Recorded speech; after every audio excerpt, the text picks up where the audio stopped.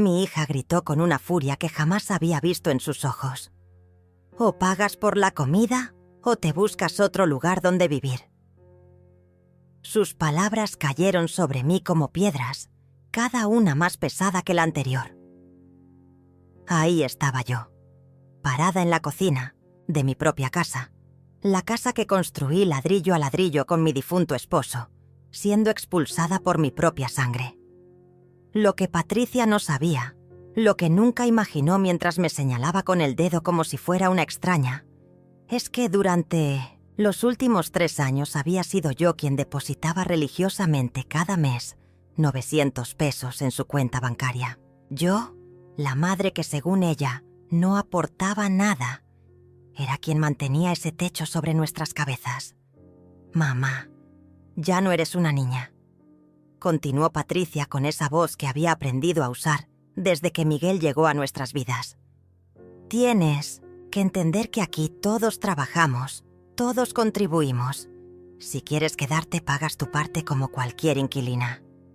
Inquilina. En mi propia casa. Las palabras se clavaron en mi pecho como alfileres oxidados. Pero no lloré. No ahí. No frente a ella, y mucho menos frente a él, que estaba sentado en mi sofá, sonriendo con esa sonrisa de satisfacción que había aprendido a odiar. Miguel asintió desde su lugar, como si fuera el dueño del lugar, como si llevara años construyendo lo que yo había levantado en décadas. «Cecilia, es lo justo», dijo con esa voz melosa que usaba cuando quería sonar razonable. «Patricia tiene razón. Aquí todos aportamos. Todos aportamos. Él, que llevaba 6 meses viviendo en mi casa sin pagar un centavo, sin buscar trabajo, pero eso sí, muy dispuesto a opinar sobre cómo debíamos manejar nuestras finanzas. Beatriz, mi nieta de 16 años, estaba sentada en la escalera, observando toda la escena con esos ojos grandes que había heredado de su abuelo. No dijo nada, pero pude ver cómo apretaba los puños contra sus rodillas. Ella sabía, tal vez no los detalles, pero sabía que algo estaba terriblemente mal en esa escena. «Tienes hasta el fin de mes para decidir», agregó Patricia, cruzándose de brazos. «O pagas 500 pesos mensuales por tu cuarto y tu comida, o buscas otro lugar. No podemos seguir manteniendo a alguien que no contribuye». «Contribuye». La palabra resonó en mis oídos como una campana rota. Si ella supiera que cada peso que había gastado en esa casa durante los últimos 3 años, cada cuenta de luz, cada compra del supermercado, cada peso que creía que llegaba mágicamente a su cuenta, venía de mi pensión, de mis ahorros, de la venta de las joyas que heredé de mi madre. No respondí nada, solo asentí con la cabeza. Recogí mi taza de té que había quedado fría sobre la mesa de la cocina y subí lentamente las escaleras hacia mi habitación. Cada escalón crujía bajo mis pies como si la casa misma estuviera protestando por lo que acababa de suceder entre sus paredes. Detrás de mí, escuché la risa de Miguel y las palabras de Patricia. Ya era hora de que aprendiera cómo funcionan las cosas en el mundo real. Cerré la puerta de mi habitación y me senté en la cama que había compartido con mi esposo durante 30 años. Las cortinas blancas que había cosido yo misma filtraban la luz del atardecer, creando sombras doradas sobre las fotografías familiares que decoraban mi cómoda. Ahí estábamos todos. Patricia de niña, su graduación, su boda, el nacimiento de Beatriz, una vida entera de recuerdos construidos en amor, reducidos ahora a una transacción comercial. Abrí el cajón de mi mesa de noche y saqué la pequeña libreta donde anotaba todos mis gastos. Página tras página de registros meticulosos. Depósito. Patricia, 900 pesos. Supermercado, 1.200 pesos. Louis, 340 pesos. Gas, 180 pesos. 3 años de números que contaban la historia que Patricia nunca se molestó en leer. 3 años siendo la proveedora invisible de una casa donde ahora me trataban como una carga. Esa noche, mientras la casa se quedaba en silencio y podía escuchar las risas de Miguel y Patricia desde la sala, tomé una decisión que cambiaría todo para siempre. 3 meses antes, todo parecía normal. Era un domingo de marzo y el aroma del mole que había estado cocinando desde la mañana llenaba cada rincón de la casa. La mesa del comedor estaba puesta con el mantel bordado que había sido de mi suegra, los platos de talavera que guardaba para las ocasiones especiales y las servilletas de lino que planchaba religiosamente cada semana. Patricia había llegado temprano con Beatriz y por primera vez en mucho tiempo, mi hija parecía relajada, casi feliz. «Huele delicioso, mamá», me dijo mientras se sentaba en la silla que siempre había sido suya, la que quedaba frente a la ventana donde entraba la luz de la tarde. Llevaba puesto ese vestido azul que le quedaba tan bien, el que yo le había regalado en su cumpleaños, y se había recogido el cabello de esa manera elegante que la hacía verse más joven. Beatriz corrió a la cocina a ayudarme con las tortillas, como hacía siempre, hablándome de sus clases, de sus amigas, de los libros que estaba leyendo. Todo se sentía perfecto, o al menos eso creía yo. Debería haber notado las pequeñas señales. Cómo Patricia revisaba su teléfono cada 5 minutos. Cómo sonreía de esa manera extraña cuando recibía mensajes. Cómo sus ojos se iluminaban de una forma que no había visto desde su divorcio. Debería haber sospechado cuando me preguntó, como quien no quiere la cosa, sobre mis finanzas. «Mamá, ¿cómo haces para que te alcance la pensión?», me había dicho mientras servía el agua de Jamaica en los vasos. «Es que yo con mi sueldo apenas y llego a fin de mes, y tú siempre pareces tan tranquila con el dinero». Yo le sonreí, orgullosa de poder ayudarla sin que se sintiera mal. «Ay, mija, cuando una aprende a administrarse, siempre alcanza. Además, tu papá me enseñó a ahorrar desde jóvenes». Lo que no le dije es que cada mes, religiosamente, transfería 900 pesos a su cuenta desde que se había divorciado. Lo que no sabía es que yo había vendido el anillo de compromiso de mi madre, las arracadas de oro que habían sido de mi abuela y hasta algunos de los muebles antiguos que tenía guardados en el sótano. Todo para asegurarme de que ella y Beatriz nunca pasaran necesidades. Era mi secreto, mi manera silenciosa de cuidarlas sin herir su orgullo. Esa tarde, después de la comida, Patricia recibió una llamada. Se alejó hacia el jardín para contestar, y a través de la ventana de la cocina pude verla caminar entre mis rosales, gesticulando animadamente, riéndose con una alegría que no veía en ella desde hacía años. Cuando regresó tenía las mejillas sonrojadas y los ojos brillantes. «Era un amigo», me dijo, pero había algo en su voz, una emoción contenida que no logró disimular completamente. Beatriz la miró con curiosidad, pero no dijo nada. Mi nieta siempre había sido observadora, igual que su abuelo. 2 semanas después, Patricia me habló de Miguel. «Es un hombre maravilloso, mamá. Trabajó en construcción durante años, pero ahora está entre proyectos. Es muy inteligente, muy trabajador». Lo describía como si fuera un premio que había ganado, con esa emoción de adolescente enamorada que contrastaba con sus 42 años. Yo me alegré por ella, de verdad. Después del desastre de su matrimonio, se merecía ser feliz. La primera vez que lo trajo a casa fue un viernes por la tarde. Miguel era un hombre alto, de complexión fuerte, con esas manos ásperas de quien ha trabajado toda la vida. Tenía una sonrisa fácil y sabía exactamente qué decir para caer bien. Me trajo flores, rosas amarillas, y me dijo que Patricia le había hablado mucho de mí. «Doña Cecilia, es un honor conocer a la mujer que crió a una hija tan extraordinaria». Durante la cena fue encantador. Elogió mi comida. Me preguntó sobre la historia de la casa. Se interesó por las fotografías familiares que decoraban las paredes. Incluso jugó dominó con Beatriz después de cenar y la hizo reír con sus bromas. Patricia lo miraba con adoración, como si hubiera encontrado al hombre perfecto. Pero yo debería haber prestado más atención a los detalles pequeños, a cómo sus ojos recorrían la casa, evaluando, midiendo, a cómo hizo preguntas muy específicas sobre si la casa estaba pagada, sobre mis finanzas, sobre si tenía otros familiares, a cómo su sonrisa se desvanecía cuando creía que nadie lo estaba viendo. Fue Beatriz quien me abrió los ojos, aunque en ese momento no entendí completamente lo que me estaba tratando de decir. Era un martes por la tarde, 3 semanas después de que Miguel prácticamente se mudara a nuestra casa.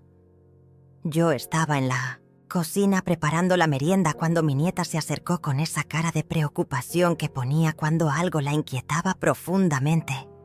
«Abuela, ¿has notado algo raro en mi mamá últimamente?», me preguntó en voz baja, mirando hacia la sala donde Patricia y Miguel estaban viendo televisión. Me sequé las manos en el delantal y la miré con atención. Beatriz tenía esa madurez que a veces me sorprendía, como si fuera mucho mayor, de sus 16 años.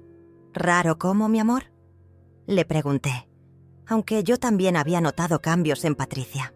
Últimamente hablaba diferente. Usaba palabras que no eran suyas, expresiones que sonaban ensayadas. Y había algo en sus ojos, una dureza nueva que me inquietaba. «Es como si fuera otra persona, abuela. Ayer me dijo que tenía que ser más independiente, que ya era hora de que aprendiera el valor del dinero. Me sugirió que buscara un trabajo de medio tiempo después de la escuela». Beatriz arrugó la frente. Pero nunca me había dicho eso antes. Siempre decía que mi trabajo era estudiar. Esa misma noche, mientras lavaba los platos después de la cena, escuché una conversación que cambió todo. Miguel y Patricia estaban en la sala, pero sus voces llegaban claramente hasta la cocina. Pensaron que no podía oírlos, o tal vez ya no les importaba. «Mi amor, tienes que ser más firme con tu mamá», decía Miguel con esa voz suave pero insistente que había aprendido a reconocer. «Una mujer de tu edad no debería estar viviendo con su madre. Es tiempo de que tomes las riendas de tu propia vida». «Pero Miguel es mi mamá. Y además, esta es su casa», respondió Patricia, aunque su voz sonaba menos segura de lo usual. «¿Su casa? Patricia, escúchame bien. Tú eres quien trabaja, quien mantiene este hogar. Tu madre ya cumplió su ciclo. Es natural que ahora sea tu turno de ser la cabeza de familia». Había algo hipnótico en la manera como hablaba, como si estuviera plantando ideas en la mente de mi hija, semilla por semilla. «Pero ella tiene su pensión», murmuró Patricia. «¿Su pensión?». Miguel se rió con desprecio. «¿Cuánto puede ser? 3.000, 4.000 pesos. Con lo que cuesta mantener esta casa, con los gastos que tienes, eso no alcanza ni para los servicios. Tú eres quien realmente sostiene todo esto, amor. Es tiempo de que ella lo reconozca». Dejé caer una cuchara al fregadero y el ruido metálico cortó la conversación.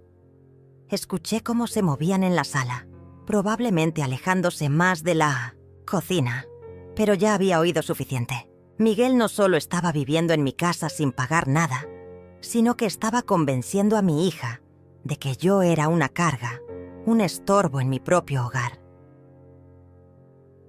Los días siguientes fueron como caminar sobre vidrios rotos. Patricia comenzó a hacer comentarios extraños durante las comidas. «Mamá, ¿no crees que ya es hora de que consideres mudarte a un lugar más pequeño? Esta casa es muy grande para una sola persona». «Oh, he estado pensando, mamá.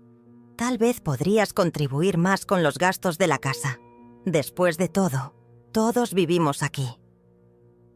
Miguel, por su parte, se había vuelto el experto en finanzas familiares sin que nadie se lo pidiera. Doña Cecilia, Patricia me comentaba que usted maneja muy bien su dinero. ¿Ha pensado en invertir? Yo conozco algunas oportunidades muy buenas. Sus ojos brillaban cuando hablaba de dinero, como si ya estuviera calculando cuánto podía sacarme. Pero la gota que derramó el vaso fue cuando encontré a Miguel husmeando en mi habitación. Era un sábado por la mañana. Patricia había ido al supermercado y Beatriz estaba en casa de una amiga. Subí a buscar mi cartera y lo encontré parado frente a mi cómoda, con uno de los cajones abierto, mirando mis documentos personales. «Miguel, ¿qué hace en mi habitación?», le grité, más sorprendida que enojada. Él se volteó con esa sonrisa que ya había aprendido a desconfiar. «Ay, doña Cecilia, disculpe. Patricia me pidió que buscara unas pastillas que necesitaba. Urgentemente. Me dijo que tal vez usted las tenía aquí». Mentía descaradamente, y ambos lo sabíamos.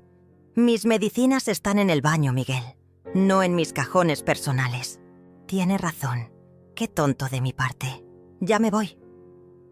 Salió de mi habitación, pero no antes de que nuestras miradas se cruzaran. En sus ojos vi algo que me heló la sangre. Él sabía que yo sabía, y ya no le importaba disimular. Esa noche revisé todos mis documentos. Todo estaba en su lugar, pero me quedé con la sensación de que había memorizado cada papel, cada número de cuenta, cada detalle de mi situación financiera. Miguel ya no era solo un huésped indeseado. Se había convertido en una amenaza. La campaña de Miguel para envenenar a Patricia contra mí se intensificó después del incidente en mi habitación. Era como si hubiera decidido que ya no tenía sentido fingir, que era hora de acelerar sus planes. Comenzó con comentarios aparentemente inocentes durante las cenas, observaciones casuales que se clavaban como pequeños puñales en la armonía familiar que habíamos construido durante años. «Patricia, amor, he estado pensando», decía mientras cortaba el pollo que yo había cocinado. «Tu mamá se ve muy cómoda viviendo aquí sin preocupaciones. Debe ser maravilloso no tener responsabilidades a su edad». Sus palabras sonaban como cumplidos, pero el veneno estaba en la entonación, en la manera como miraba a Patricia para asegurarse de que el mensaje llegara. «Miguel tiene razón, mamá», comenzó a decir Patricia unos días después.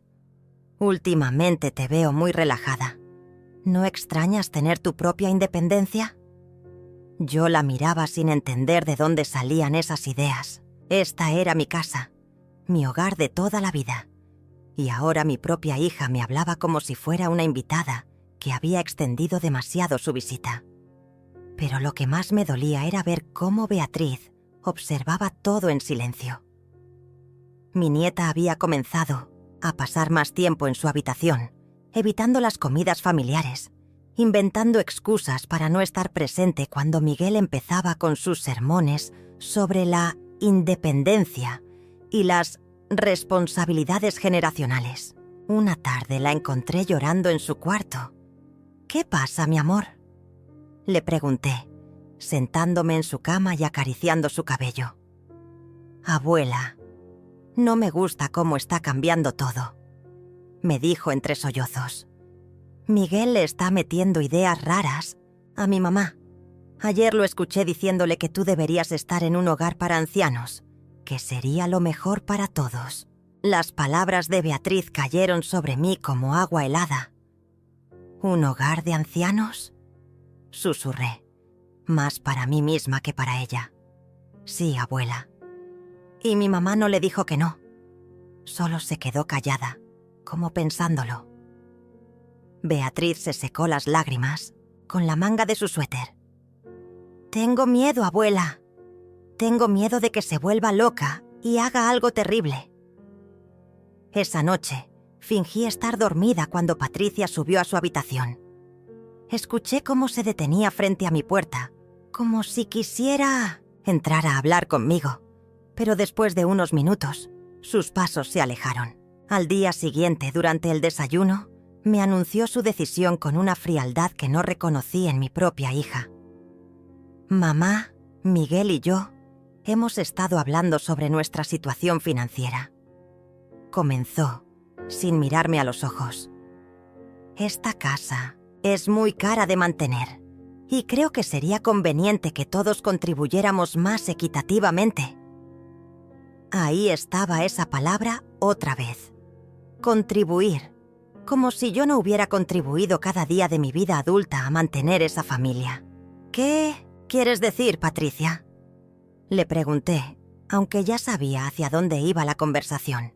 Quiero decir que tal vez es hora de que consideres mudarte a un lugar más pequeño, más apropiado para una persona de tu edad. Un lugar donde tengas compañía de gente como tú, donde no tengas que preocuparte por el mantenimiento de una casa tan grande. Miguel asintió desde su lugar en la mesa, comiendo tranquilamente el pan dulce que yo había comprado el día anterior. Es por tu propio bien, doña Cecilia. A su edad, vivir sola en una casa tan grande puede ser peligroso. ¿Qué pasa si se cae y no hay nadie cerca para ayudarla? No vivo sola, repliqué, tratando de mantener la calma. Vivo con mi familia. Mamá. Patricia suspiró como si fuera una niña pequeña haciendo berrinche. Tienes que ser realista. Beatriz está creciendo. Necesita su espacio. Miguel y yo estamos planeando nuestro futuro juntos. Y tú mereces un lugar donde puedas estar tranquila, sin las preocupaciones de mantener una casa. ¿Y qué pasaría con esta casa? Pregunté, aunque ya conocía la respuesta. Bueno, tendríamos que venderla, por supuesto. Es demasiado grande, para nosotros también. Con el dinero de la venta podríamos ayudarte a conseguir un bonito departamento o incluso pagar por una residencia muy cómoda, donde tengas todo lo que necesitas. Ahí estaba. El plan completo, expuesto con toda su crudeza. Querían que me fuera de mi propia casa para poder venderla y quedarse con el dinero. Y mi hija, mi propia hija, estaba sentada ahí explicándome cómo sería mejor para todos que yo desapareciera de sus vidas. Necesito tiempo para pensarlo. Fue todo lo que pude decir. Por supuesto, mamá. Tómate todo el tiempo que necesites, dijo Patricia, pero había una impaciencia en su voz que no logró disimular. Pero no demasiado tiempo. Estas decisiones son mejores cuando se toman pronto. Esa tarde, mientras ellos salieron a ver departamentos, me quedé sola en la casa que había sido mi hogar durante 30 años. Caminé por cada habitación, tocando las paredes que habíamos pintado mi esposo y yo, recordando las Navidades en la sala, los cumpleaños en el comedor, las noches de insomnio en la cocina tomando té y planeando el futuro de nuestros hijos. Fue entonces cuando tomé la decisión que cambiaría todo. Si querían jugar sucio, yo les enseñaría cómo se jugaba realmente. La presión se volvió insoportable después de nuestra conversación sobre la venta de la casa. Miguel y Patricia comenzaron a actuar como if ya hubieran tomado todas las decisiones por mí, hablando sobre mi futuro como si yo no estuviera presente, haciendo planes que incluían deshacerse de mis muebles, de mis recuerdos, de toda mi vida. Doña Cecilia, encontramos una residencia preciosa, me anunció Miguel una mañana durante el desayuno, sacando su teléfono para mostrarme fotografías. Mire qué jardines tan bonitos, y hay actividades todos los días, clases de manualidades, bingo, hasta baile los viernes. Hablaba con esa falsa alegría de vendedor, como si me estuviera ofreciendo unas vacaciones permanentes en lugar de destierro de mi propia casa. Patricia asintió entusiasmada, con una sonrisa que no llegaba a sus ojos. Es perfecto para ti, mamá. Tendrás amigas de tu edad. No tendrás que preocuparte por cocinar o limpiar. Será como estar en un hotel todo el tiempo. Sus palabras sonaban ensayadas, como si hubiera estado practicando ese discurso frente al espejo. ¿Y cuánto cuesta esa maravilla?, pregunté, aunque ya sospechaba la respuesta. Bueno, no es barata, admitió Miguel. Pero con la venta de la casa tendríamos más que suficiente para cubrir los gastos durante muchos años. Y si algo falta, Patricia y yo estaremos aquí para ayudar. Por supuesto que estarían ahí para ayudar, después de haberse gastado el dinero de la venta de mi casa. Pero lo que más me dolió fue la reacción de Beatriz cuando se enteró del plan. Mi nieta llegó corriendo a mi habitación esa misma tarde, con los ojos rojos de tanto llorar. «Abuela, mi mamá me dijo que te vas a ir a vivir a un hogar de ancianos», sollozó, abrazándome con desesperación. «¿Es cierto? ¿Me vas a dejar?» «Ay, mi amor», le dije sintiendo cómo se me partía el corazón. «No quiero irme. Esta es mi casa. Este es mi hogar». «Entonces no te vayas», me suplicó. «Dile a mi mamá que no quieres irte. Ella te tiene que hacer caso». «No es tan fácil, Beatriz. Tu mamá ya tomó la decisión. Pero es tu casa. Tú viviste aquí antes que Miguel, antes que yo». Mi nieta tenía razón, pero la razón ya no parecía importar en esa casa. Los días siguientes fueron un calvario constante. Miguel había tomado el control total de la situación y ya ni siquiera fingía ser cortés. Conmigo, se sentaba en mi sillón favorito, el que había sido de mi esposo, y hablaba por teléfono sobre la venta de la casa como si ya fuera suya. Invitó a un agente inmobiliario sin consultarme y tuvieron el descaro de hacer el recorrido mientras yo estaba en la cocina. «La casa está en excelentes condiciones», escuché que decía el agente.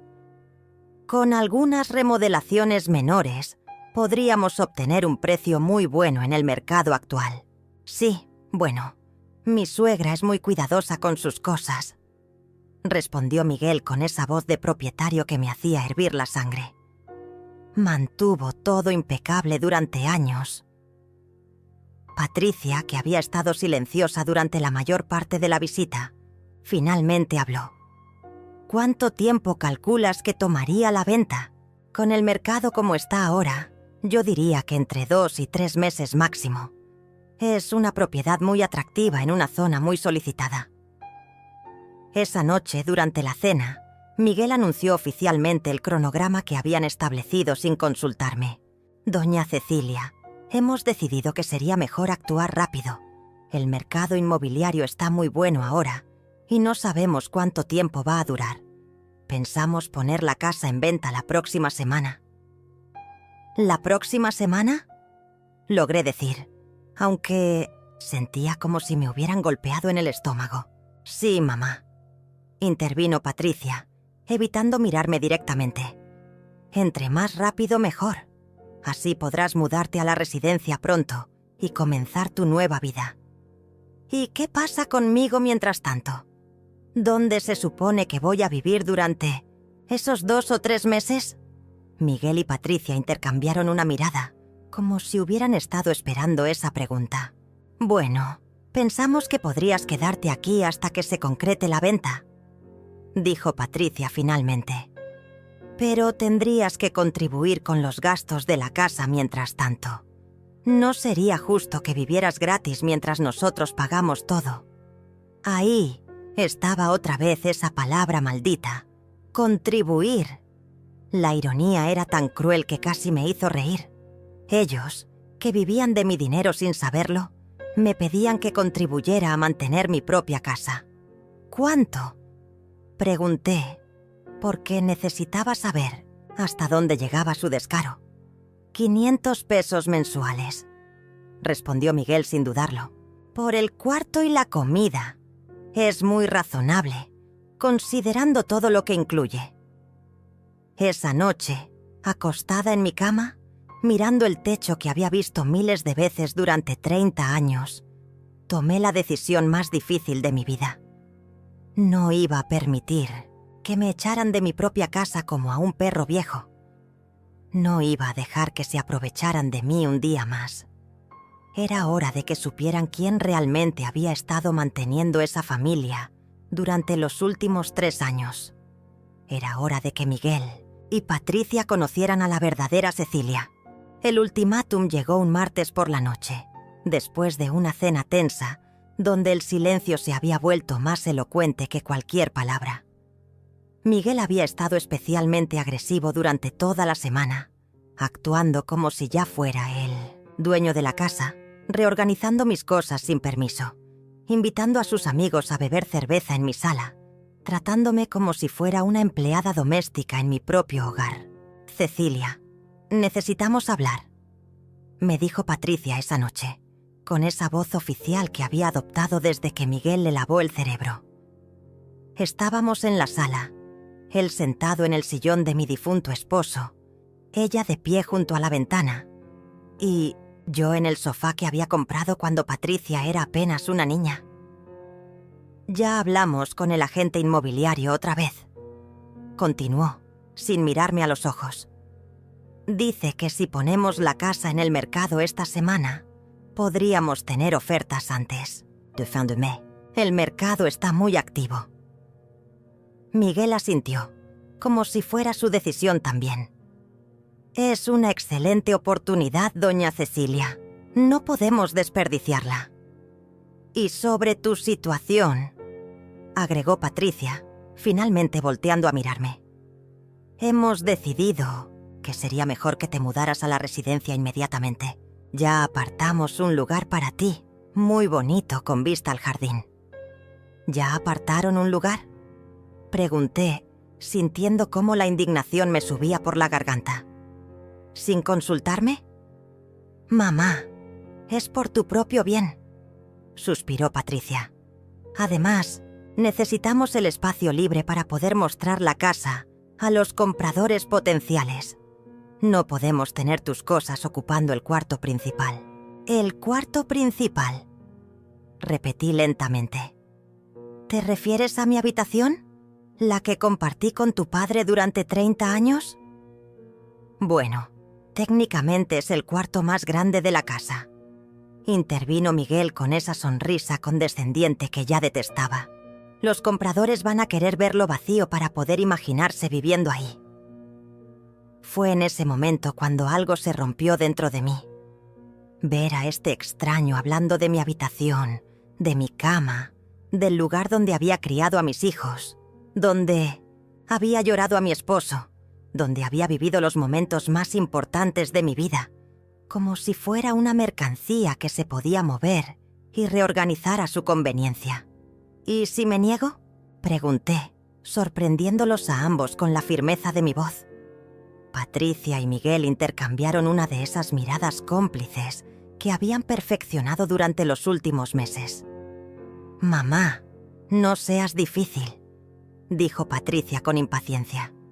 «Ya tomamos la decisión. Es lo mejor para todos». «Para todos menos para mí. Deja de ser tan egoísta», explotó Patricia, y en ese momento vi a Miguel sonreír ligeramente, satisfecho de haber conseguido exactamente la reacción que buscaba. «Siempre se trata de ti, siempre de lo que tú quieres. ¿Qué hay de lo que yo quiero? ¿Qué hay de mi felicidad? ¿Qué hay de mi futuro con Miguel?». «¿Tu futuro con Miguel?», repetí, mirando a este hombre que había llegado a destruir mi familia en menos de 6 meses. «El futuro que están construyendo con el dinero de la venta de mi casa. Es hora de que entiendas tu lugar en esta familia», gritó Patricia, y esas palabras resonaron en la sala como un bofetón. «Ya no eres la cabeza de familia. Esa época ya pasó. Ahora soy yo quien toma las decisiones». Miguel se levantó del sillón y puso su mano en el hombro de Patricia, como apoyándola. «Tu hija tiene razón, Cecilia. Es natural que las generaciones cambien de lugar. Patricia es una mujer adulta, independiente, que puede tomar sus propias decisiones sobre su vida y la vida de su familia». «¿Su familia?». Miré a Patricia directamente a los ojos.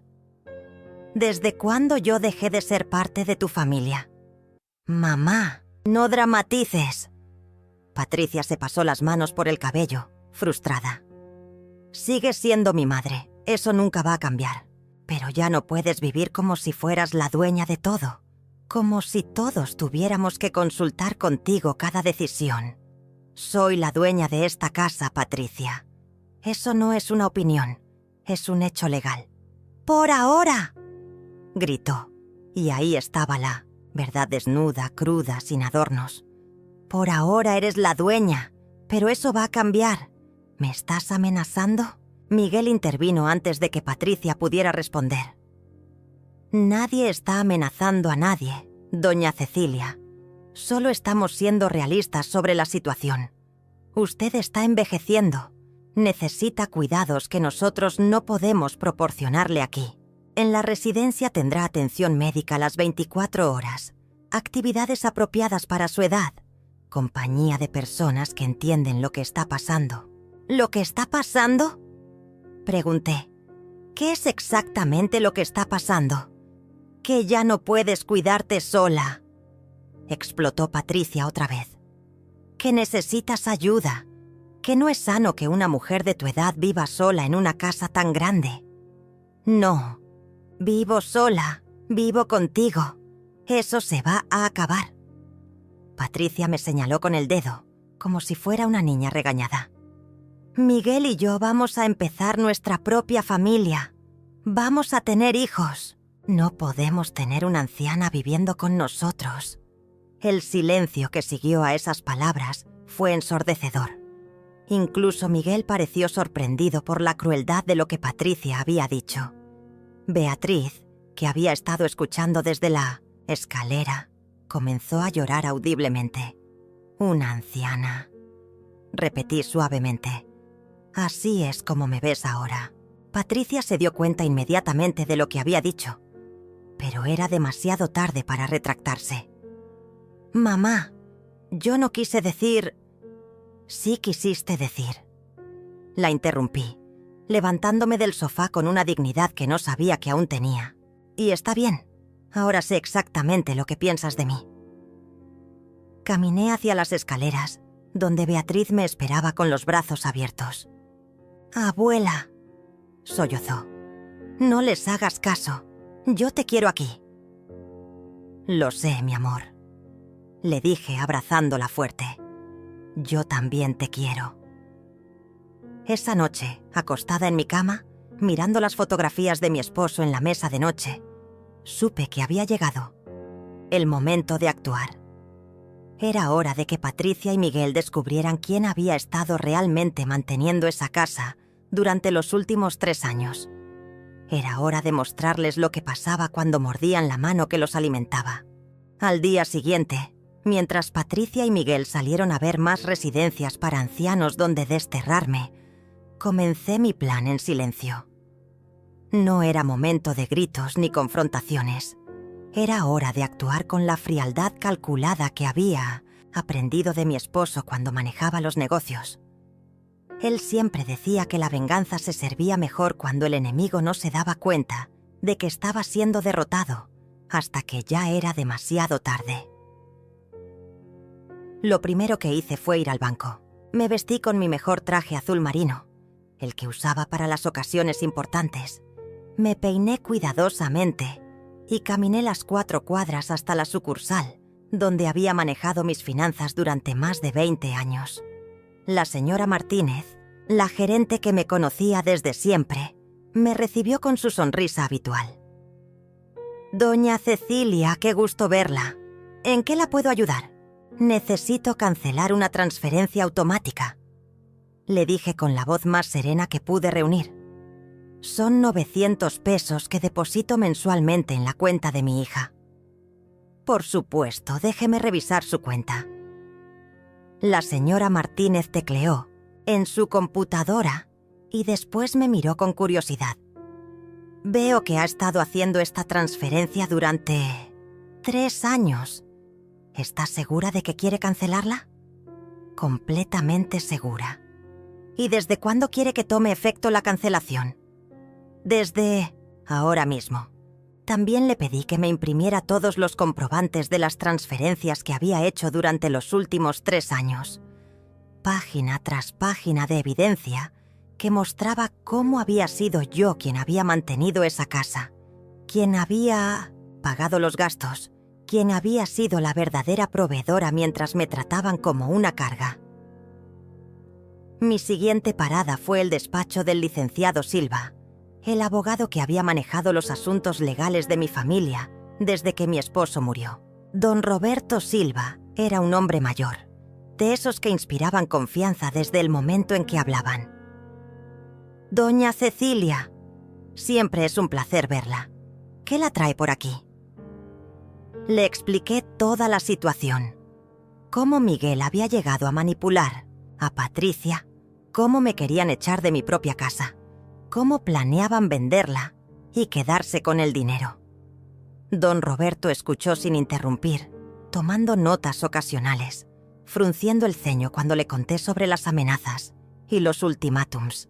Entiendo su preocupación, doña Cecilia, y tiene razón en estar molesta.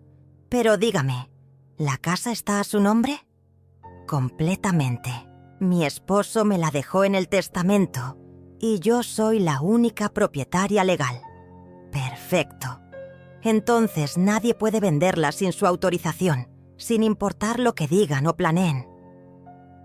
Don Roberto se recargó en su silla. Pero me preocupa la presión psicológica que están ejerciendo sobre usted. ¿Ha considerado la posibilidad de cambiar las cerraduras? Puedo hacer eso. Es su casa, doña Cecilia. Puede hacer lo que guste con ella. Salí del despacho con un plan claro y la seguridad legal que necesitaba. Mi siguiente parada fue una cerrajería, donde contraté al señor Mendoza para que viniera esa misma tarde a cambiar todas las cerraduras de la casa. También compré una pequeña grabadora digital, del tamaño de una caja de cerillos, que podía esconderse fácilmente. Cuando regresé a casa, encontré a Beatriz sentada en la escalera, con esa cara de tristeza que me partía el corazón. Mi nieta había estado cargando con el peso de toda esta situación, atrapada entre su lealtad hacia mí y su amor por su madre. «Abuela, ¿es cierto que te van a obligar a irte?» «Ven acá, mi amor», le dije sentándome a su lado en la escalera. «Necesito que me ayudes con algo muy importante». Le expliqué parte de mi plan, lo suficiente para que entendiera que no me iba a dejar vencer sin luchar. Le enseñé la grabadora y le pedí que la escondiera en la sala, en un lugar donde pudiera captar las conversaciones de Patricia y Miguel cuando creyeran que no había nadie más en casa. ¿Es legal hacer eso, abuela? Es mi casa, Beatriz. Y si alguien está planeando estafarme en mi propia casa, tengo derecho a protegerme. Esa tarde, cuando llegó el cerrajero, le dije a Beatriz que me ayudara a distraer a Patricia y Miguel mientras el señor Mendoza trabajaba. No fue difícil. Estaban tan ocupados planeando mi destierro que ni siquiera notaron el ruido de las herramientas.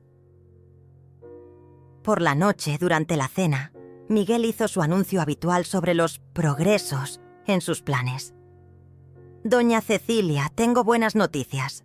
La residencia puede recibirla el próximo lunes. Es perfecto, porque el agente inmobiliario quiere traer a los primeros compradores el martes». «¿El próximo lunes?», pregunté fingiendo sorpresa. «¿No es muy pronto?» «Para nada», intervino Patricia. «Ya perdimos demasiado tiempo. Entre más rápido mejor. Además», agregó Miguel con esa sonrisa falsa, «ya pagamos el depósito de la residencia. Sería una pena perder ese dinero». «¿Ya pagaron el depósito? ¿Con qué dinero?» Patricia y Miguel intercambiaron una mirada. «Bueno, tuvimos que usar nuestros ahorros», mintió Patricia. «Pero no te preocupes, cuando vendamos la casa, recuperaremos todo». Esa noche, fingí estar dormida cuando escuché que bajaban a la sala. Activé discretamente la grabadora que Beatriz había escondido detrás del televisor y esperé. No tuve que esperar mucho. «¿Crees que sospeche algo?», escuché la voz de Patricia. «Para nada», respondió Miguel. «Está tan asustada que va a hacer todo lo que le digamos. El lunes estará fuera de aquí y para el martes ya tendremos la casa en el mercado. ¿Y si se resiste? No se va a resistir. Ya está vencida. Además, una vez que esté en la residencia, será mucho más fácil convencerla de que firme los papeles de la venta. ¿Estás seguro de que esto va a funcionar? Patricia, amor, confía en mí. En 3 meses vamos a ser los dueños de una casa que vale más de 2 millones de pesos. Y lo mejor de todo es que ella misma nos va a ayudar a conseguirlo. Apagué la grabadora y sonreí en la oscuridad. Acababan de confesar su plan completo y yo tenía cada palabra grabada. Ahora solo faltaba el gran final. El lunes llegó como una tormenta anunciada. Miguel y Patricia habían pasado el fin de semana organizando mi mudanza, como si fuera una operación militar. Habían empacado mis cosas personales en cajas, habían llamado a la residencia para confirmar mi llegada e incluso habían contratado una camioneta para transportar mis pertenencias. Todo sin consultarme, como si yo fuera una pieza de mobiliario que se podía mover a voluntad. «Mamá, la camioneta llega a las 10», me anunció Patricia durante el desayuno, evitando mirarme directamente. «Ya tienes todo empacado, solo faltan algunas cosas del baño». Miguel estaba sentado en la mesa, revisando unos papeles con aire de satisfacción. «Doña Cecilia, también trajimos los documentos que necesita firmar para facilitarnos la venta de la casa. Son solo formalidades, pero el notario dice que es mejor tenerlas listas desde ahora». «¿Qué tipo de documentos?», pregunté, aunque ya sabía perfectamente de qué se trataba. «Un poder notarial», explicó Patricia como si fuera lo más normal del mundo. «Para que podamos manejar la venta en su nombre, sin molestarla con todas esas diligencias. Usted se va a estar adaptando a su nueva vida. No va a querer estar preocupándose por papeleos». «Un poder notarial», repetí lentamente. «Para vender mi casa». «Es temporal», mintió Miguel. «Solo hasta que se complete la venta. Después de eso, obviamente le transferiremos su parte del dinero. Su parte de la venta de mi propia casa». La audacia era tan grande que casi me hizo reír. A las 9:30 de la mañana, fingí estar terminando de empacar mis últimas cosas en mi habitación. Desde la ventana podía ver la camioneta estacionada en la calle, al conductor esperando, pacientemente, a Miguel fumando en el jardín mientras hablaba por teléfono, probablemente con el agente inmobiliario. Patricia estaba en la sala, revisando obsesivamente una lista de pendientes. Era hora de ejecutar mi plan. Bajé las escaleras cargando una pequeña maleta, como si fuera una anciana resignada a su destino. Patricia me esperaba en la entrada, con los documentos del poder notarial en las manos y una sonrisa nerviosa en el rostro. «¿Lista, mamá?», me preguntó. «Casi», respondí con voz tranquila. «Solo necesito pedirle algo a Miguel». Miguel entró a la casa al escuchar su nombre, todavía con el teléfono en la oreja. «¿Qué necesita, doña Cecilia?», quería preguntarle. «Algo sobre el dinero que aparece en la cuenta de Patricia cada mes», dije, observando cómo se le cambiaba la cara. «Usted que maneja tan bien las finanzas, ¿no le parece extraño que ella reciba 900 pesos mensuales sin saber de dónde vienen?» Patricia frunció el ceño. «¿De qué estás hablando, mamá?» «De los 900 pesos que aparecen en tu cuenta bancaria el día 5 de cada mes, sin falta, durante los últimos 3 años. «Mamá, no sé de qué hablas. Yo no recibo ningún depósito misterioso». Saqué de mi bolsa los comprobantes que había impreso en el banco, todos los papeles que mostraban las transferencias mensuales, y los puse sobre la mesa del comedor. «¿Estás segura, Patricia?». Mi hija se acercó a revisar los documentos y pude ver cómo su rostro se iba transformando mientras leía. Cada página era una bofetada de realidad, transferencia tras transferencia, mes tras mes, año tras año, todas originadas desde mi cuenta bancaria hacia la suya. ¿Qué es esto?, balbuceó Patricia. Es la prueba de que durante los últimos 3 años he sido yo quien ha estado manteniendo esta casa. Cada peso que creías que llegaba mágicamente a tu cuenta, cada peso que te permitía pagar la luz, el gas, la comida, venía de mi pensión, de mis ahorros. Miguel se acercó a ver los documentos y pude ver cómo la sangre se le iba del rostro. Esto debe ser un error. No es un error, Miguel. Y si revisas la fecha de la última transferencia, verás que fue cancelada el viernes pasado. Patricia alzó la vista de los papeles, con los ojos llenos de lágrimas. Mamá, ¿por qué nunca me dijiste? Porque no quería lastimar tu orgullo, porque quería ayudarte sin que te sintieras mal por aceptar mi ayuda, porque pensé que era lo que hacen las madres, cuidar a sus hijos en silencio. Pero entonces todo este tiempo, Patricia miraba alternadamente los documentos y mi cara, como si estuviera tratando de reordenar todo lo que creía saber sobre nuestra situación financiera. Todo este tiempo, tú has estado viviendo de mi dinero, en mi casa, mientras planeabas echarme como si fuera una carga. Terminé la frase por ella. Miguel intentó recuperarse. Bueno, esto no cambia nada. Usted sigue necesitando cuidados. Sigue siendo peligroso que viva sola en una casa tan grande. Tienes razón, Miguel, dije con una sonrisa que los heló a ambos. Es peligroso vivir con personas que planean estafarme. Saqué la grabadora de mi bolsa y presioné el botón de reproducción. Sus propias voces llenaron la sala. La conversación del sábado por la noche, donde confesaban su plan completo, donde hablaban de engañarme para firmar papeles, donde se felicitaban por ser tan inteligentes. El silencio que siguió fue ensordecedor. Patricia se dejó caer en el sofá, con la cara entre las manos. Miguel retrocedió hacia la puerta, como si estuviera calculando la mejor ruta de escape. Y ahora, dije sacando las llaves nuevas de mi bolsa, creo que es hora de que sepan quién realmente va a mudarse de esta casa. Patricia alzó la vista, confundida. ¿Mamá? Miguel, dije mirando directamente a ese hombre que había llegado a destruir mi familia. Tienes exactamente 10 minutos para sacar tus cosas de mi casa. Las cerraduras fueron cambiadas ayer, y estas son las únicas llaves que existen. ¿Qué?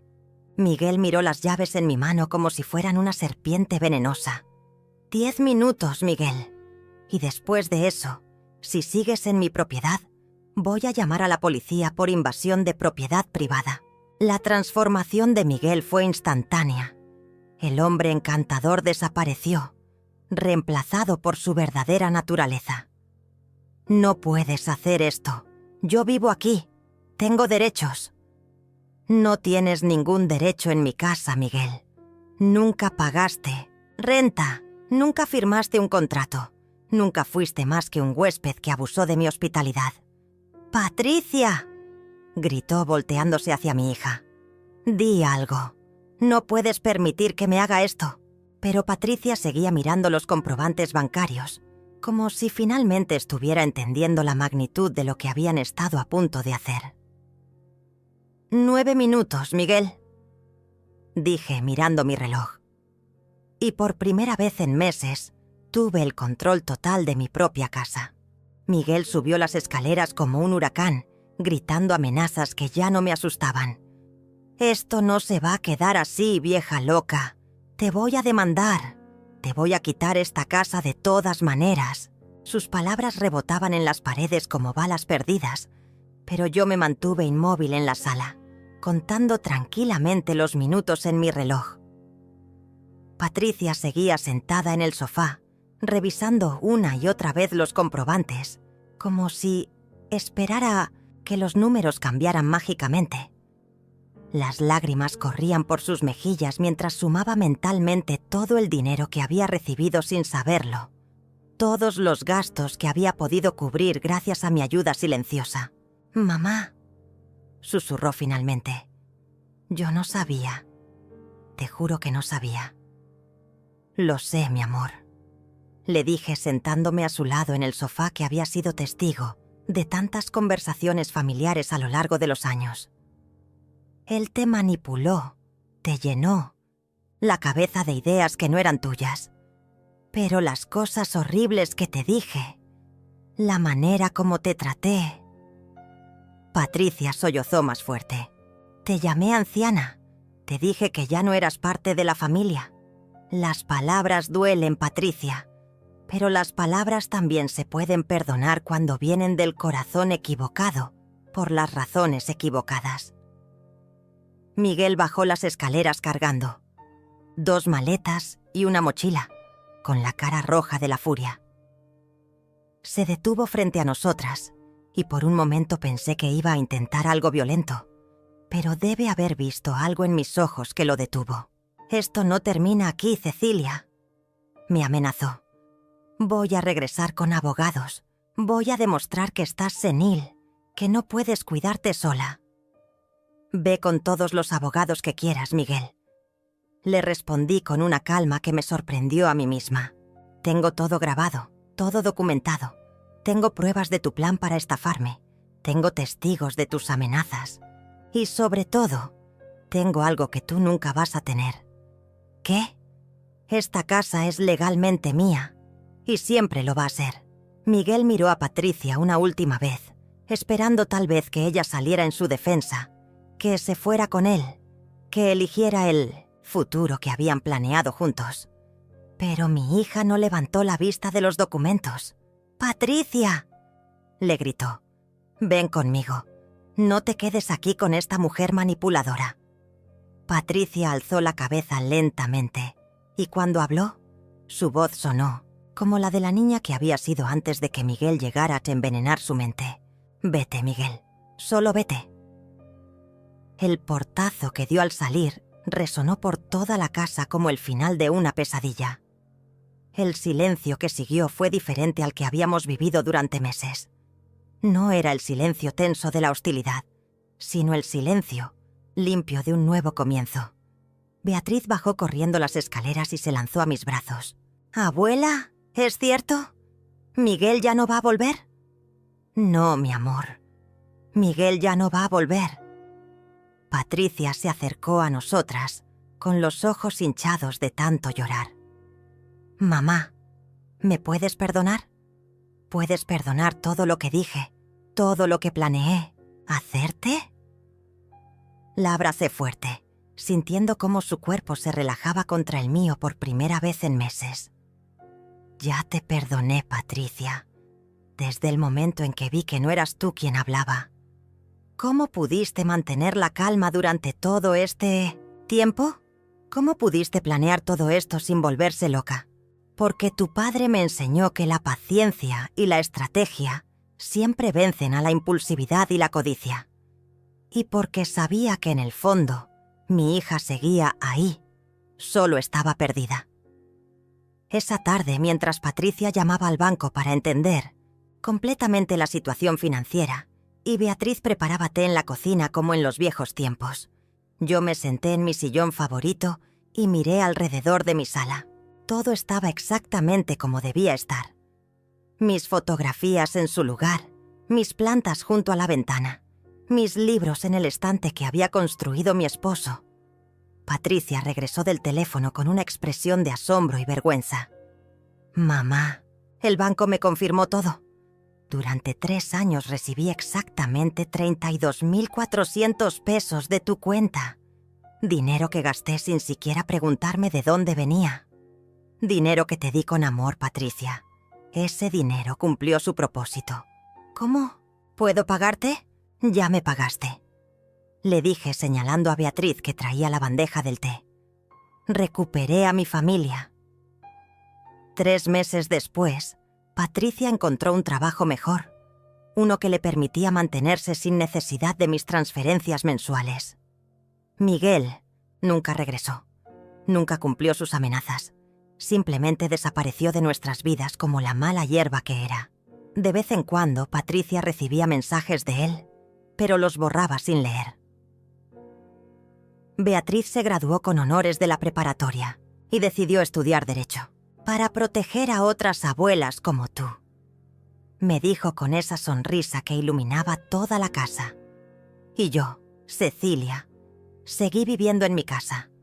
La casa que había defendido con la paciencia de quien sabe que la justicia llega cuando debe llegar. Cada mañana, cuando me levantaba y veía el sol entrando por las ventanas de mi habitación, recordaba las palabras que me había dicho a mí misma esa noche terrible cuando planeé mi venganza. Ellos nunca más van a tocar mi nombre. Y nunca más lo tocaron. Planté hortelã en el jardín donde Miguel solía fumar, y cada vez que el aroma llenaba la casa, me recordaba que algunas batallas se ganan en silencio, que la dignidad se recupera paso a paso, y que el amor verdadero siempre encuentra la manera de regresar a casa. La casa siguió siendo mía, como siempre había sido, como siempre iba a ser.